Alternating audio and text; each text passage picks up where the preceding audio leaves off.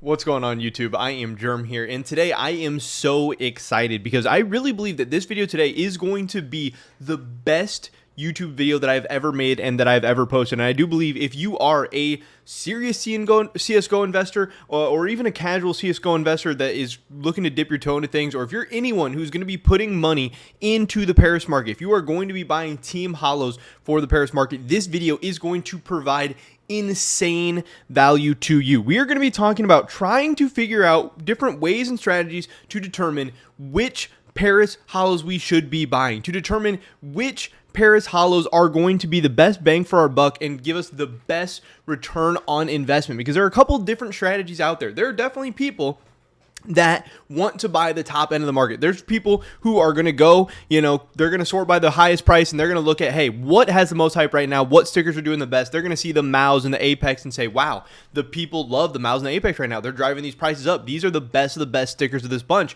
I want to buy these. These are the ones that I think are going to do the best long term. I've also definitely heard plenty of people that are like, hey, those stickers are overpriced, or they're too high, or those prices are too high. They can't double, but hey, if I get the Ent sticker, if I get the Mongol sticker, look at how cheap it is. It's easier for this to go to $2 or $3 than it is for the MOUs to go to 32.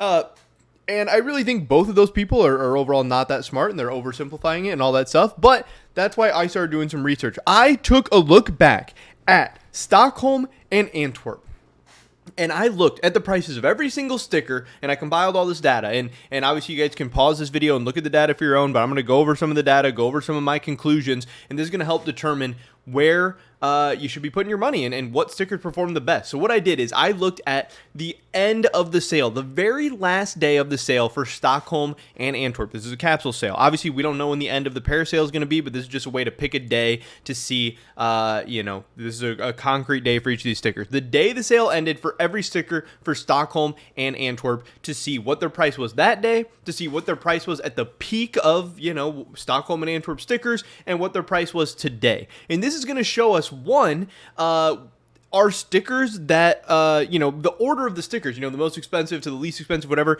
those orders of the stickers from the end of the sale to the peak to today, how does that order change? Are the best stickers at the end of the sale, are those going to be the best stickers in the long term? But then also it's going to show us the percent changes to see not only the order of the stickers, because who cares at the order of the stickers at the end of the day? The concrete price of the stickers truly does not matter. The only thing that matters is our return on investment, the price we bought it at and the price it goes to, and the percentage difference between those two numbers. So I have, the ranks of all the stickers at these different times, but then also the percent returns, which is going to show us which of these stickers was the best investment to buy at the end of the sale, because obviously we're in the middle of the Paris sale right now. We're getting close to the end of the sale, and this is going to show us, maybe potentially what stickers we should be buying. Should we be buying the top of the market? Should we be buying the middle of the pack, or should we be buying the end of the pack? So this right now is all the Stockholm stickers in order of where they're at today, but I want to sort them by where they were at the end of the sale. So at the end of the sale, we had the Copenhagen Flames as the most expensive sticker. We had Na'Vi, Furia, MOUs, and Tropic. It's kind of interesting there. We can kind of see our top five: Copenhagen, Na'Vi, Furia, MOUs, and Entropic. We can see the bottom: Ents, EG, Sharks, Renegades, and NIP. Ton of different reasons why they're in these ranks or whatever. And then if we look at the peak, the very peak prices of all the Stockholm stickers, here's the top five. Things change drastically. You will see MOUs. They go from 4th place to 1st. Tyloo goes from 8th place to 2nd. Virtus Pro goes from 9th place to 3rd. Movistar goes from 7th to 4th. Pain goes from 10 to 5th. Copenhagen goes from number 1 all the way down to 6. We have Na'Vi here go from 2nd to 18th place. So you can see already that the stickers, the order that they're in at the end of the sale, doesn't really tell you a good story of which ones are going to peak at the highest prices. So looking at these pair of stickers right now, this would be like if Apex was all of a sudden the 18th best sticker, 6 months from now or something like that. Now, do I think it's going to happen? No, it's not what I'm saying is going to happen at all. Obviously, there's a ton of different things that happen here to get the stickers like this. Obviously, for Na'Vi, I'm sure it was the fact that, hey, Antwerp Na'Vi came out and stuff like that, whatever. But this does show how drastically things can change. And then if we take a look at today's rank, where all these Stockholm stickers rank today, we will see that Maus is still on top. Tyloo is still second. Movistar is now up to third. VP is fourth. Copenhagen Flames is fifth. So these orders are much similar. The peaks today's, things haven't necessarily changed as much. Here you can see G2 went from 14th to 8th to 14th. Navi still second to 18th to 18th. The orders are much more concrete after the market starts to settle a little bit. But at the end of the sale, you can see things get super volatile. But again, this doesn't matter. The ranks of the stickers don't necessarily matter. What does matter is what were the best investments. Now, from the end of the sale to the peak rank, here are the best investments. Here are the percentage gains for each of these things. Obviously, these are in the hundreds. 6. This is going to be a 600. This is going to be like a 10,000 or something. Obviously, Maus going from $1.29 to 134. So just kind of keeping that in mind.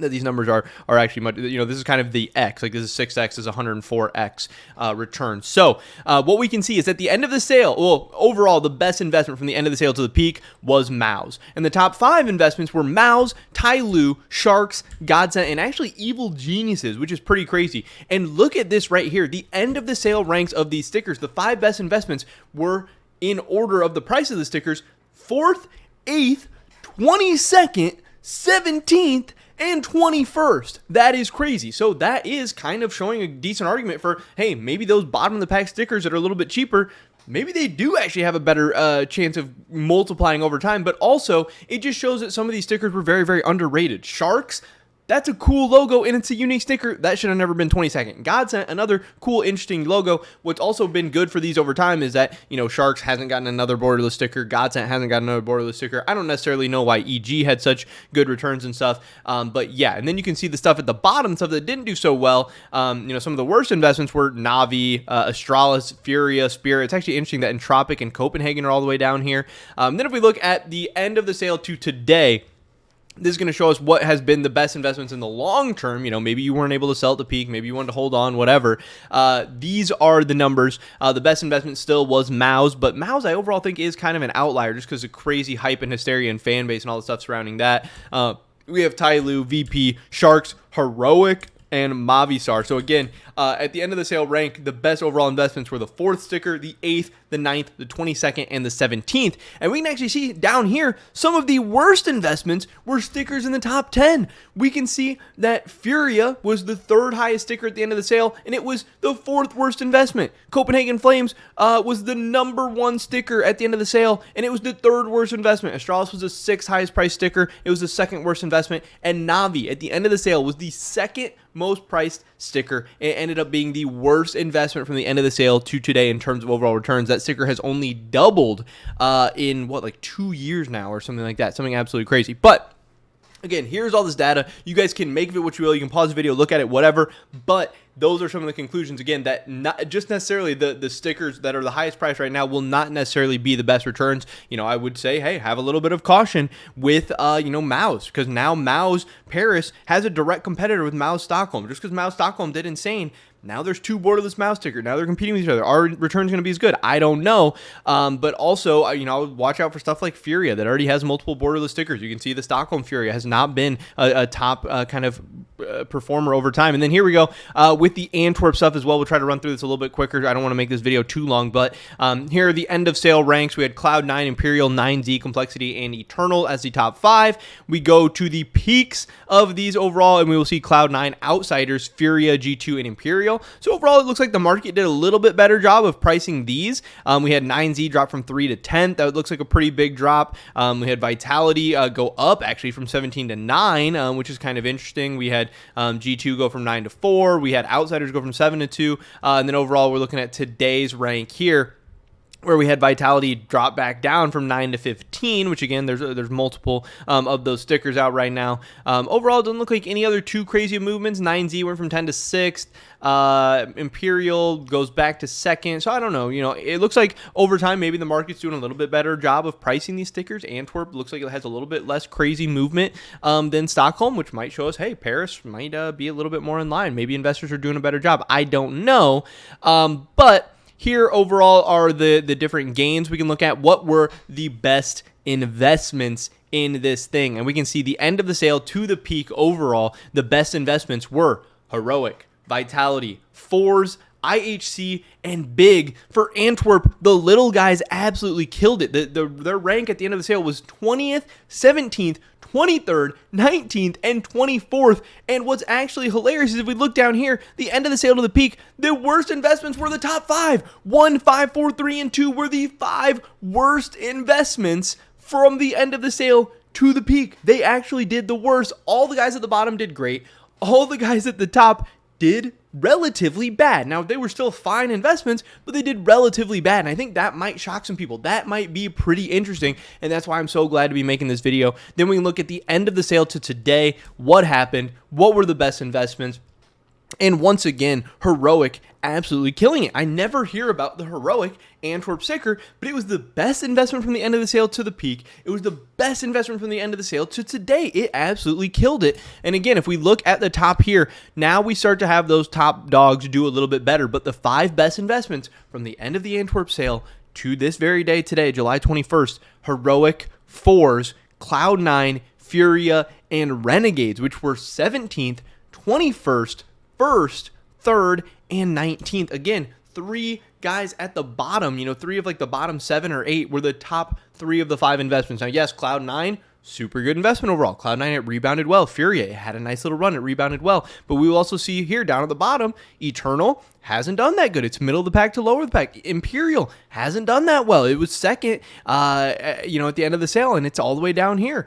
We have Complexity, was the 4th highest sticker, and it's actually been the worst performer long term. 9Z, it was 3rd at the end of the sale. It has been the 3rd worst performer long term. So this, overall, this data does kind of look all over the place, but what it does tell us is that you can find underrated gem stickers all over the place. It's really just showing us that there is no one way to go about it. It doesn't say you should buy all of the cheapest stickers. It doesn't say you should buy all the most expensive stickers. You need to look at stickers that are underrated, undervalued, and going to perform well in the long term. Now, I don't have any concrete conclusions for what exactly this means about Paris, but again, I would absolutely be looking out for stickers that you think could be underrated and looking out for them all over the place. Again, some of the ones that I love: Into the Breach, Heroic. These are some of the ones in the lower tiers. I don't even hate Mongols. I think Mongols could do okay. But you want to look for unique stickers. You want to look for stickers that aren't in Antwerp. You want to look for stickers that aren't in Stockholm. Those ones should do well over time. Look at Stockholm. Sharks did really, really well. Cloud9 has done well in Antwerp. That's because it doesn't have it other places.